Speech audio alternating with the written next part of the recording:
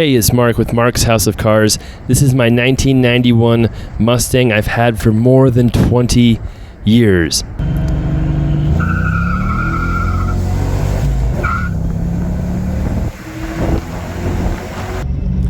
And it's not quite stock.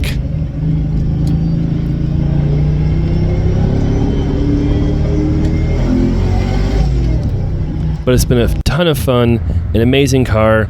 I've been able to buy and own some other amazing cars as well, but this Mustang was actually my daily driver for about 8 years. My last year of college and just after college.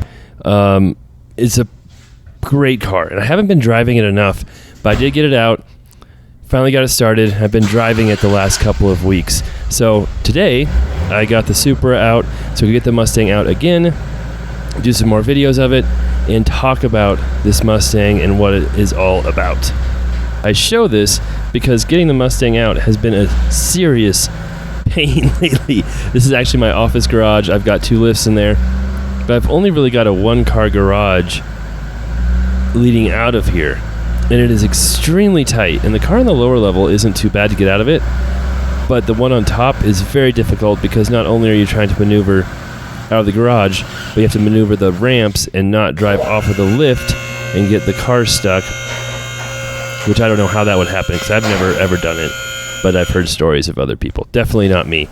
But we did get the Mustang out. It took a very long time, and I actually rearranged my lifts a little bit too so that it would even be easier. But I took this Mustang out last week. I have some kind of wheel rollers where you can jack the back of the car up, put on the wheels, and push it around. I had to do that to get the Mustang out. So it's much easier to drive it in, but much harder to drive it out. I was wondering if maybe backing it in would be easier to get it out, but that might be a little tricky getting it in. But anyway, that is not fun. So while I do this, I did speed up the video and take out a lot of it. It took me 15 minutes to get the Mustang out of here after I had got it started and everything ready to go. Don't worry, the video does not show all of it. But I bought this car for $7,500. I think it had 60,000 miles on it. I was in college. I had a 1990 Corvette before this. It actually flipped into an irrigation ditch. That's a fun story for another time. But my insurance paid out much more than the Corvette than I had paid for the Corvette because I drove to Florida, got the Corvette down there because they were much cheaper down there at the time. Well, I bought the Mustang. I'd always liked 5.0s, and I have to give some credit to my buddy Justin, who was my roommate at the time. He always loved 5.0s too, and he had a 95, 96 Mustang in college that was really cool too, but getting this 5.0 was fun. And so I drove it for a little bit in college, and then, yeah, you can see the debacle that this was. I came home from college, lived with my parents just for a little while, then became the on-site manager at an apartment complex to save money. And while that was happening, I modified this car just a little bit. We put a Vortec A-trim supercharger on it, which is actually kind of the smallest supercharger you could get at the time. I don't think they even make those anymore or anything similar. I think it was maybe 5 pounds of boost, but I'm in Colorado where we're at 5,000 feet of altitude, and you don't usually get as much boost as you do at the lower elevations or as much horsepower. I also put on some headers, X-pipe. It already had Flowmasters on it. Over time, I put on a smaller pulley, relocated the air filter with a power pipe, put on bigger injectors, bigger fuel pumps, did quite a few things to this car. And it had actually dynoed at 300 rear wheel horsepower and about 399 torque, but that was before I did some of the other mods. So it's a fast car, it's a fun car. In stock, these were only like 225 horsepower with the high output 5.0, so a little different. I've got my 91 Supra over there, which was actually 232 horsepower stock, and then I've got, the Lamborghinis as well. My 88.5 Countach was 420 horsepower, and people think the Countach is slow and compared to the other cars back in the day, it was an extremely, extremely fast car. Now, I apologize for what this engine looks like. It could be much prettier, but it's got over 150,000 miles on it. The Supercharger's been on it over 70,000 miles. I've never had the heads off it. It's got the stock heads, stock cam, all that. All we did is put the power adder on it, exhaust, airflow, things like that. So a lot of people put, different heads on it, cam, etc. That's where the air filter used to go. Now it's in the fender. Mine is all stock and literally have never had the heads off it. And this car has been an absolute beast. Given me almost no problems. I did replace the transmission around 120,000 miles probably. I put a Tremec in it after that, so it's got a very strong transmission. We did repaint it at one point, which wasn't ideal, but it was a kind of annoying situation where I had the car being worked on, and while it was being worked on at the car repair place, it got hailed on. And, well, I just wanted to fix the hail, and it turns out, we need to repaint it, and there wasn't good communication, we'll put it that way.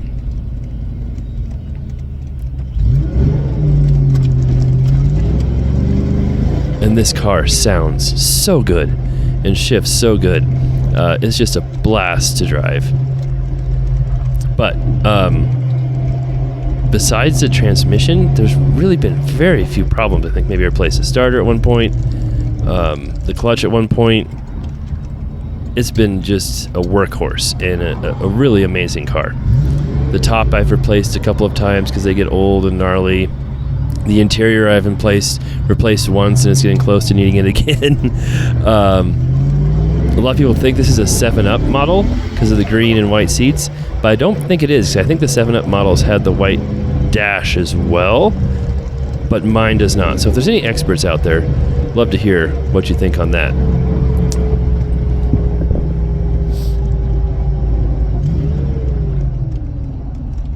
Now, I did have some gauges put on it. They're a little bit flashier than I wanted. They're right there below my radio, but they're the cheapest I could get at the time. And, yes, I've done well in real estate now, but back in the day, this is my daily driver. The heater didn't work. The heater still doesn't work. I've never replaced a heater core on it after it went out, and that's what I ended up getting. But the annoying thing about those boost gauges is I can't see them very well. And actually, one of the first times I've ever really seen the gauges while driving full throttle was in this video, because I kind of tried to set my camera up to look at them a little bit before it fell down, and we'll show you that too. But that was kind of fun to see. And then I've also got new wheels on it, as you can see, bigger wheels, bigger tires. We put bigger brakes on it because this car does have weak brakes, especially when you give it more power. So it's got all disc brakes around it. It actually had drum brakes on the rear from the factory. And then put upper and lower control arms, subframe connectors, some other stuff too to really beef up the suspension as well, which made a pretty big difference on traction, even though in this video it was a little warmer. It wasn't quite as bad with traction, but it cooled down this last week, and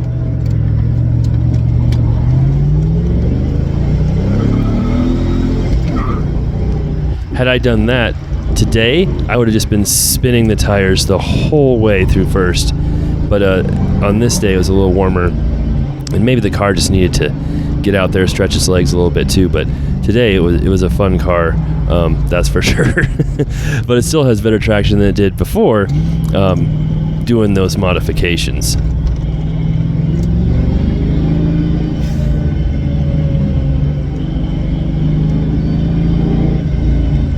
Now the dash actually shows 41,000 miles, but for quite a while there, the odometer was not working. So I know it's over 150,000, not sure the exact amount. And one of the things I love about the 5.0 is the sound. It's got such a cool tone to it. It's just hard to describe, but I just want to go around revving the engine all the time, and just a super amazing blast to drive. I don't think the AC works anymore, but that's not important to me because I almost always have the top down when I'm driving it. The top is kind of annoying to get up and down. A lot of that's age and just some different things. We'll show that here a little bit too, because I do take this to my laundromat and car wash. And yeah, but it's a fun car, blast to drive, and I should have been driving it a lot more than I have been because it's a lot of fun.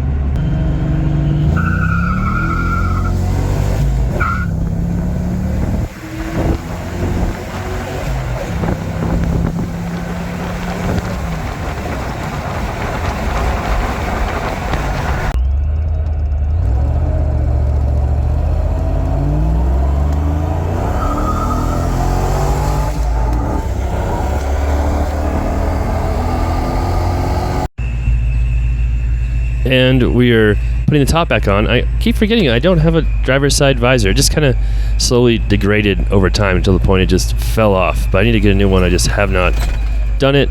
The top, I've rebuilt the mechanism a couple times, but it really needs rebuilt as well. I have to use both hands to get that locked in there. It can be kind of a pain, but we got it. And of course it leaks like crazy, being a convertible from the 80s and 90s.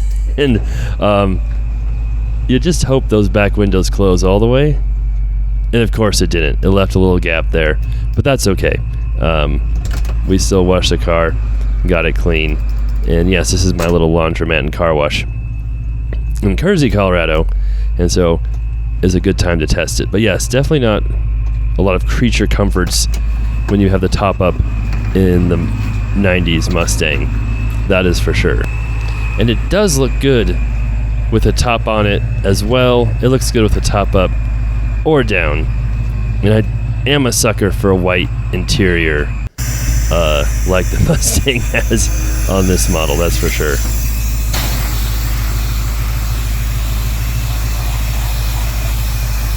And yes, the car wash is working, so that's fantastic. So that is the car. Yes, it got a little bit wet inside.